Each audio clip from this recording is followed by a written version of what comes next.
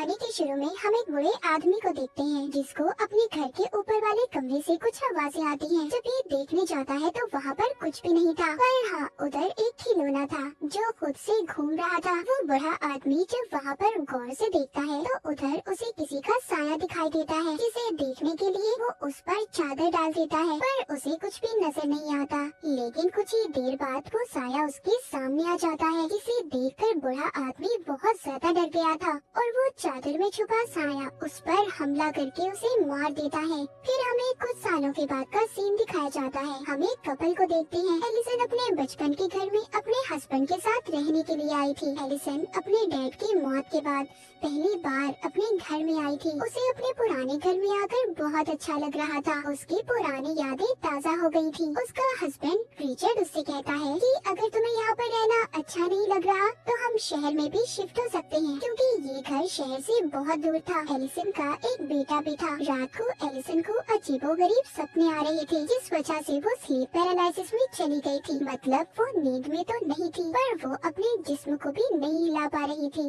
असल में ये उसकी बचपन की बीमारी थी। उसका हस्बैंड उसे शांत करता है। बचपन में उसके डैड उसे इस बीमारी से निकाला करते थे। एलिसन को ये बात समझ नहीं आई थी कि ये उसकी कोई बीमारी है या उसके साथ कुछ वाकई अजीब है, क्योंकि जब भी वो ऐसी हालत में होती थी तो एक औरत उसको दूर खड़ी दिखाई देती थी जो सिर्फ उसी को देखती रहती थी। बचपन में भी उसके साथ बिल्कुल ऐसा ही होता था। उसके डैड उसको समझाते थे कि इसमें कुछ हकीकत नहीं है, ये सिर्फ तुम्हारा वहम है और कुछ नहीं। और जब उसके डैड उसको सुलाकर चले जाते थे, इसको दोबारा से वही डरावने सपने आते थे। अब खैर सुबह को रिचर्ड जब ऑफिस जाने के लिए तैयार हो रहा था, तभी एलिसन टीवी में एक पैरानॉर्मल इन्वेस्टिगेटर को देखती है जो बता रहा था कि कैसे उसने एक आत्मा से बात करके इंसान की लाश को ढूंढ लिया है। उसे देखकर एलिसन भी मन ही मन सोचती है कि उसे भी इससे अपने केस के बारे में बात करनी चाहिए। अपने हस्बैंड रिचर्ड के जाने के बाद एलिसन अपने घर की सफाई करने लगी थी। जब वो किताबों को रख रही थी, तभी वो एक तस्वीर को देखती है जिसमें एक ब्राइड दुल्हन और उसका हस्बैंड थे। एलिसन उन्हें देखकर नहीं पहचान पाती और उस तस्वीर को रखकर दोबारा से साफ सफाई करने लगती है। इसी बीच उसे वॉशरूम से पानी के चलने की आवाज आ रही थी। जब ये जाकर देखती है तो उधर पानी का टैप नलका खुला हुआ था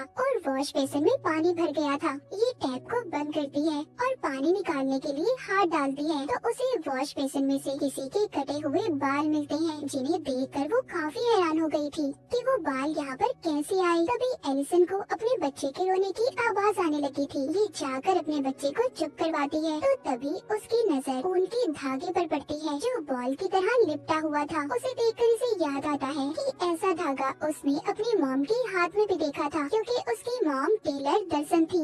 रात को एलिसन जब रिचर्ड के साथ खाना खा रही थी तो रिचर्ड बताता है कि मुझे बिजनेस के सिलसिले में कुछ दिन के लिए शहर से बाहर जाना होगा। ये सुनकर एलिसन को बिल्कुल भी अच्छा नहीं लगता। वो कहती है जरूर, तुम्हारी सेक्रेटरी भी तुम्हारे साथ जा रही होगी, क्योंकि पहले एलिसन का हस्बैंड अपनी सेक्रेटरी को पसंद करता था। एलिसन उसको मना करती है कि तुम मुझे ऐसे अकेले छोड़कर जाओगे, जिस पर वो कहता है बात समझने की कोशिश करो एलिसन, अगर मैं नहीं गया मुझे जॉब से निकाल दिया जाएगा। पर एलिसन को गुस्सा था कि रिचर्ड अपनी सेक्रेटरी के साथ जा रहा है, जिस पर रिचर्ड उससे कहता है कि वो उसकी जॉब है, तुम समझने की कोशिश करो, मैं सिर्फ तुमसे प्यार करता हूँ, मुझ पर ऐसे शक मत करो। एलिसन अब बिना कुछ कहे ही अपने कमरे में चली जाती है। तभी उसे अपने सामने घूमता हुआ खिलौना दिखाई देता है। उसको देखकर एलिसन को अपने बचपन की याद आ गई थी कि कैसे ऐसे ही बचपन में ये इसके सामने आ गया था। जब इसने इस खिलौने का पीछा किया तो इसकी मॉम ने इसे स्टोर रूम में बंद कर दिया। जब सुबह हुई तो इसके डैड ने इसे बाहर निकाला था। एलिसन जख्मी हालत में बाहर निकली थी। इसके बाद इसके डैड ने ये फैसला किया था कि वो इसे किसी दूसरी फैमिली को दे देंगे, क्योंकि एलिसन अपने ही घर में महफूज नहीं थी।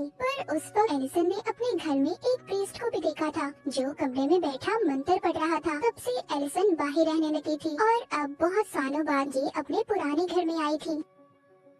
सुबह को एलिसन के पास रिचर्ड आता है और अपनी रात के बर्ताव पर माफी मांगता है और एलिसन को समझाता है। कहता है देखो समझो, ये बिजनेस ट्रिप मेरे लिए बहुत जरूरी है। एलिसन भी उसकी बात को मान गई थी और उसे जाने देती है। जिसके बाद हम रिचर्ड को उसके ऑफिस में देखते हैं जो मीटिंग में अपनी ही सेक्रेटरी को देख रहा था। उधर घर में एलिसन बिल्कुल अकेली थी। वो रात को किताब पढ़ रही थी। अचानक से लाइट बंद हो जाती है। जब ये लाइट को ठीक करने जाती है तो उधर इसे अपने डैड का साया दिखाई देता है, जिसे देखकर एलिसन काफी डर गई थी और जल्दी से लाइट को ठीक करके चला देती है, पर वहाँ पर कोई भी नहीं था। इसके बाद ये जल्दी से अपने बच्चे के पास जाती है, जिसको ये सही सलामत देखकर सुकून का सांस लेती है और फिर सोने चली जाती है। तभी थोड़ी देर बाद जब एलिसन की आंख खुलती है तो वो ये महसूस करती है कि अभी भी वो स्लीप पैरालिसिस में है। उसी वक्त उसी वॉकी टॉकी पर अपने बच्चे के कमरे में से आवाज आती है, जिसमें कोई कह रहा था कि वो उसके बच्चे को अपने साथ ले जाएगी। ये सुनकर एलिसन काफी डर गई थी। जब वो ठीक होती है तो अपने बच्चे के कमरे में जाती है और फिर रिचर्ड को कॉल करके इसके बारे में बताती है। रिचर्ड सुनकर कहता है कि ये तुम्हारा कोई वहम होगा, क्योंकि अक्सर तुम्हें डरावने सपने आते रहते हैं। रिलैक्स रहो और दवाई खाकर सो जाओ। रिचर्ड अभी भी अपनी सेक्रेटरी के साथ था। उधर अब रात को दोबारा से एलिसन को अपने ऊपर वाले कमरे से आवाज आती है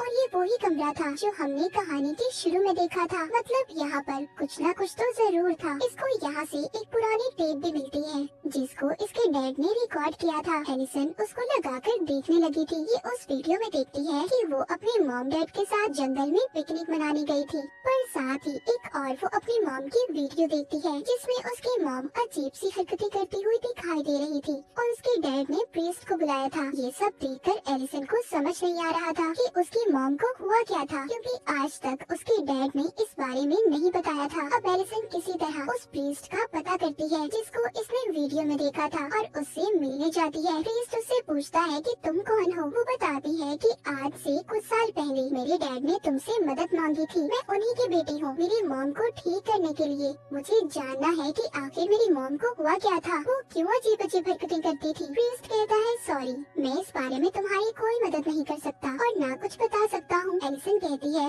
मुझे उस घर में किसी के होने का एहसास होता है, पर प्रीस्ट फिर भी उसकी नहीं सुनता और उसके मुंह पर ही दरवाजा बंद कर देता है। पर फिर उसी दिन प्रीस्ट एलिसन के घर खुद ही आ गया था। एलिसन पूछती है मेरा अब भी यही सवाल है, मेरी मॉम को क्या हुआ था। प्रीस्ट बताता है तुम्हारी मॉम पर किसी बुरी आत्मा का असर था। उसने तुम्हारी मॉम को अपने काबू में कर लिया था और तुम्हारे डैड ने तुम्हें दूसरी फैमिली को इसलिए दिया था, वो तुम्हें महफूज रखना चाहते थे। तुम्हारी मॉम के अंदर जो आत्मा थी वो बहुत खतरनाक थी। उस पर कोई भी मंत्र असर नहीं कर रहा था, इसीलिए उनका गला काट कर हमें तुम्हारी मॉम को मारना पड़ा। इसके बाद तुम्हारे डैड को लगा कि वो आत्मा चली गई है, पर वो इसी घर में मौजूद थी। ये सुनकर एलिसन डर जाती है। वो प्रीस्ट को बताती है कि जब मैं स्लीप पैरालिसिस में होती हूँ तो मुझे कोई नजर आता है। वो प्रीस्ट कहता है ये तुम्हारा कोई वहम नहीं है, बल्कि ये हकीकत है, क्योंकि वही आत्मा अभी भी यहाँ पर मौजूद है जो इस घर से जाना नहीं चाहती। एलिसन पूछती है आखिर उस आत्मा को हमसे चाहिए क्या। प्रीस्ट बताता है कि तुम्हारे नाना की शादी के फौरन बाद ही उनकी वाइफ गायब हो गई थी। फिर उन्होंने दूसरी शादी कर ली जिससे उनके पास 2 बच्चे थे, पर उनमें से सिर्फ तुम्हारी मॉम ही बची थी। जो दूसरी उनकी बहन थी यानी कि तुम्हारी आंटी, उनको वो आत्मा अपने साथ ले गई और वो आत्मा कोई और नहीं बल्कि तुम्हारी पहली नानी है जो अपने बच्चे को लेने आती है। प्रीस्ट किस बच्चे की बात कर रहा था ये हमें कहानी में आगे जाकर पता चलेगा। एलिसन को तभी प्रीस्ट के पीछे वही आत्मा नजर आती है जिससे वो डर कर उठ जाती है। वो प्रीस्ट से पूछती है इस आत्मा को यहाँ से कैसे बाहर निकाला जा सकता है। वो बताता है कि इसके लिए उसकी सभी चीजें जो उससे जुड़ी हुई हैं हमें उन्हें जलाना होगा। तभी वहाँ पर रिचर्ड भी आ गया था जो इन दोनों की बातों को सुन लेता है और उसे बेहद गुस्सा आता है। वो प्रीस्ट को जाने का कहता है क्योंकि रिचर्ड इन सब बातों पर यकीन नहीं करता था। उसे लग रहा था कि प्रीस्ट एलिसन को झूठी बातों में फंसा रहा है। इसके बाद प्रीस्ट उसके घर से चला गया था। तभी रास्ते में अचानक से उसकी गाड़ी बंद हो जाती है और उसके सामने वही आत्मा आ जाती है जो ब्राइड बनी हुई थी। ये वही ब्राइड दुल्हन थी जिसकी तस्वीर एलिसन ने भी देखी थी। असल में वो यहाँ पर आकर प्रीस्ट को डराना चाहती थी। तभी प्रीस्ट दुआ करता है और मंत्र बोलने लगता है, जिस दौरान उसकी गाड़ी का दरवाजा खुलता है। उसे वो फौरन बंद करता है मगर फिर से वो दरवाजा खुल गया था। अब प्रीस्ट काफी ज्यादा डर गया था, लेकिन तभी अचानक से वो आत्मा उस पर हमला करके उसे मार देती है। उधर एलिसन अपने कमरे में अब अपने बच्चे को भी ले आई थी। उसे तभी नीचे से आवाज आती है। ये प्रीस्ट को जाता हुआ देखती है। अजीब था ना, प्रीस्ट तो मर गया था, तो फिर ये कौन था। जब एलिसन उसके पीछे जाती है तो वहीं वो आत्मा उसे नजर आती है और उसे अपने साथ ले जाने लगी थी। जिस दौरान रिचर्ड जब उसके पास आता है तो आत्मा वहाँ से चली गई थी। जब ये दोनों कमरे में आते हैं तो इन्हें पता चलता है कि वो आत्मा अब इनके बच्चे को अपने साथ ले गई है। अब रिचर्ड पुलिस को बुलाता है अपने बच्चे को ढूंढने के लिए। उधर एलिसन भी ये जानती थी कि उसके बच्चे को एक आत्मा लेकर गई है जिसे पुलिस नहीं ढूंढ सकती। ये अब उसी पैरानॉर्मल इन्वेस्टिगेटर प्रीस्ट को कॉल करती है जिसको इसने पहले टीवी पर देखा था। ये एलिसन के बुलाने से उसके घर पर आता है और उन्हें एक जादुई क्रिस्टल बॉल दिखाता है। वो बताता है जब भी कोई आत्मा, कोई बुरी शक्ति इसके पास होती है, इसका रंग बदल जाता है और तभी इससे पता चलता है कि वहाँ पर कोई बुरी शक्ति है या नहीं। जब ये प्रीस्ट एलिसन के कमरे को देखता है तो उसे पता चलता है कि उसके बच्चे को सच में कोई आत्मा लेकर गई है। ये एलिसन को कहता है कि अगर तुम अपने बच्चे को वापस लाना चाहती हो तो तुम्हें उस आत्मा की दुनिया में जाना होगा, जिसके लिए एलिसन मान गई थी। रात को ये एलिसन के कमरे में मोमबत्तियां जलाकर अपना जादू शुरू करता है। जब प्रीस्ट आंखें खोलता है तो खुद को दूसरी दुनिया में पाता है जहाँ पर इसको वही आत्मा दिखाई देती है। उसके हाथ में एलिसन का बच्चा था। प्रीस्ट उस आत्मा से कहता है, देखो इस बच्चे को अगर तुमने वापस ना किया तो अच्छा नहीं होगा। पर अचानक से आत्मा गायब हो गई थी और प्रीस्ट दीवार पर एक शैतानी निशान को देखता है। असल दुनिया में प्रीस्ट आकर बताता है वो आत्मा तुम्हारी पहली नानी है जो डेमंस की पूजा किया करती थी। इसलिए एक दिन डेमन ने अपनी दुनिया से आकर उन्हें अपने काबू में कर लिया और जब ये बात तुम्हारी नाना को पता चली तो उन्होंने इसी घर में अपनी बीवी को जिंदा दफन करके मार दिया, जिस बात का बदला उनकी बीवी और वो डीमन मिलकर ले रही हैं। जैसे वो पहले तुम्हारी मॉम की बहन को उठाकर ले गई थी, बिल्कुल ऐसे ही वो तुम्हारे बच्चे को उठाकर ले गई हैं। एलिसन कहती है कि आखिर वो बच्चों को क्यों ले जाती है। प्रीस्ट बताता है कि जब तुम्हारे नाना ने